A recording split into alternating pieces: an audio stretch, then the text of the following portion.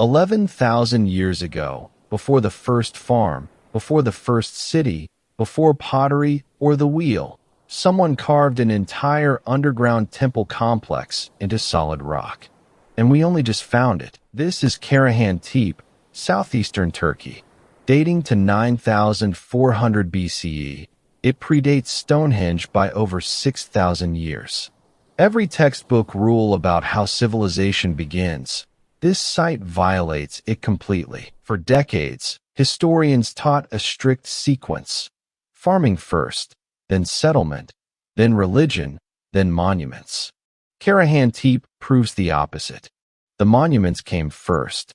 Everything else followed. This 15-hectare site sits within a 200-kilometer network of at least 12 contemporaneous megalithic sites. The Taz Tepeler, or Stone Hills, an entire ancient world hiding beneath Turkish soil. But to understand what makes Karahan Tepe truly terrifying, you have to go underground. Because what these ancient builders carved beneath the earth was never meant to be seen by ordinary eyes. Deep beneath the limestone hills of Karahan Tepe lies Structure AB, a subterranean chamber carved entirely from bedrock. No mortar, no stacked stone. The builders cut the room from the living earth itself. But the pillars are not alone. Carved into the western wall, at eye level, a single, three-dimensional human head protrudes from the stone. Deep-set eyes. Watching. Always watching. Archaeologists believe this chamber was a ritual space for shamanic rites of passage, a symbolic womb of death and rebirth. You entered human. The ceremony transformed you into something else entirely. Vulture carvings line the walls. Birds that devour the dead. Carriers of souls between worlds. This underground space was obsessed with the border between life and death. And then, in 2023, excavators found something that stopped them cold. In September 2023, Professor Nick Carroll's team unearthed a statue unlike anything ever found. 7.5 feet tall. Seated, skeletal, staring forward with hollow eyes, and clutching itself with both hands. The ribbed man, as archaeologists call it, is one of the oldest realistic three-dimensional human sculptures ever discovered. Whoever carved this had mastered human anatomy 11,400 years ago.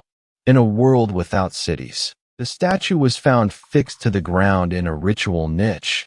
It wasn't placed there casually. It was installed, worshipped. This was a god, the oldest known god with a human face. The skeletal imagery wasn't grotesque. It was sacred. Death was not an ending here. These people understood something profound, that to be reborn, you first had to be stripped bare, down to the bone. The combination of phallic pillars, skeletal figures, and vulture carvings in a single underground space points to one unified belief, that life, death, and rebirth formed one continuous sacred cycle. And they built an entire city around that idea. Now here is where ancient civilizations research gets truly astonishing. The people who built all of this, every pillar, every statue, every carved chamber, had never planted a single crop. They were hunter-gatherers. Nomads, no pottery, no domesticated animals, no agriculture. According to every model of civilization we had, these people should not have been capable of building anything more complex than a campfire. And yet, Karahan Tepe spans 15 hectares, roughly 20 football fields. And unlike its famous sister site, Göbekli Tepe, this wasn't just a pilgrimage destination. Excavations found clear domestic structures. People lived here, year-round. This overturns everything we thought we knew about Göbekli Tepe as well. Experts once called it a lone miracle, an isolated temple in the wilderness. Karahan Tepe proves it was just one node in an entire lost civilization. Professor Carroll put it plainly: agriculture was not the cause of settled life. It was the effect. These people needed to feed thousands of workers carving megaliths, so they invented farming. The temple came first. The farm followed. Think about what that means. The hunger to worship, to build something sacred, something permanent, drove the single most consequential invention in human history. We didn't settle down to eat. We settled down to pray. And the scale of this network is staggering.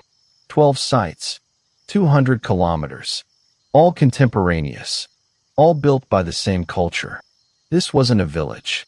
This was a civilization, one that vanished without a written word. While Göbekli Tepe's carvings are dominated by scorpions, foxes, and boars, the terrifying forces of nature, Karahan Tepe tells a radically different story. Here, the dominant subject is human. Entirely, unapologetically human. Over 250 massive T-shaped megalithic pillars stand across Karahan Tepe. For decades, archaeologists suspected these T-shapes were stylized representations of the human form. The crossbar a pair of shoulders, the shaft a body. But it was just a theory. Then in October 2025, that theory became fact. Researchers discovered a T-shaped pillar with something no one had ever seen before. A fully carved, realistic human face staring outward from the stone. Archaeology 2026 headlines exploded worldwide. Professor Carroll called it a cognitive revolution. As these communities became more sedentary, they stopped fearing nature and started worshiping themselves. The human figure moved to the center of the cosmos. This is the birth of anthropocentric religion. The moment our ancestors looked at the universe and decided, we matter. We are not prey. We are not subjects of the wild. We are the ones who name the world. The true spark of civilization wasn't the plow. It wasn't the seed. It was a thought, the most dangerous thought any species has ever had, that we are special, that our existence demands to be carved in stone. But this extraordinary sight has also ignited a battle, one that reaches far beyond archaeology. Because when something this old and this sophisticated is discovered, the question everyone asks is, who really built it? Karahan Tepe has become ground zero for one of the most heated intellectual battles of the modern age, a war between mainstream archaeology and the growing alternative history movement. And the stakes could not be higher. Authors like Graham Hancock have pointed to Karahan Tepe's immense age and sophistication as proof of a lost, advanced Ice Age civilization, one that passed its cosmological knowledge down to so-called primitive hunter-gatherers. In December 2021, alternative researchers Hugh Newman and J.J. Ainsworth made a dramatic claim. On the winter solstice, a blade of sunlight penetrates a bedrock porthole in structure AB, perfectly illuminating the disembodied stone head. If true, it would mean these hunter-gatherers possessed sophisticated astronomical knowledge, tracking the solar year with precision inside a carved stone computer 11 millennia before the telescope. Mainstream archaeologists are furious. Their counter is devastating. Structure AB was originally roofed. A covered subterranean chamber cannot have solar alignments. The porthole would have been completely blocked. But the deeper frustration runs even hotter. Academics argue that lost civilization theories do something insidious. They strip the actual indigenous hunter-gatherers of credit for their own extraordinary genius. These weren't primitive savages who needed divine intervention or a lost master race to guide their hands. They were fully modern human beings, as intelligent as you or I, solving the hardest problems ever faced. The battle over Karahan Tepe is ultimately a battle over human potential. Were we always capable of greatness?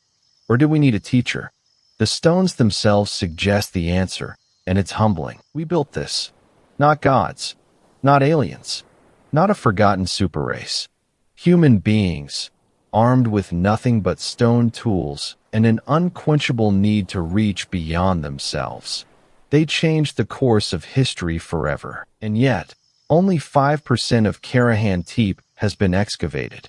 95% of this ancient metropolis still sleeps beneath the earth. Every season, the diggers go deeper. And every season, the past rewrites itself. What else is buried there?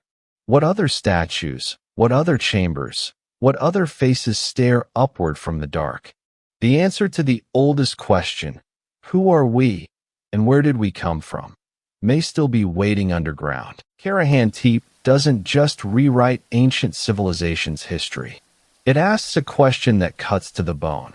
If people with no technology, no writing, and no agriculture could build all of this, what is the actual limit of the human mind? 11,000 years ago, a group of people looked at a limestone hill and decided to carve a world inside it. They had no precedent, no blueprint, no tradition to follow.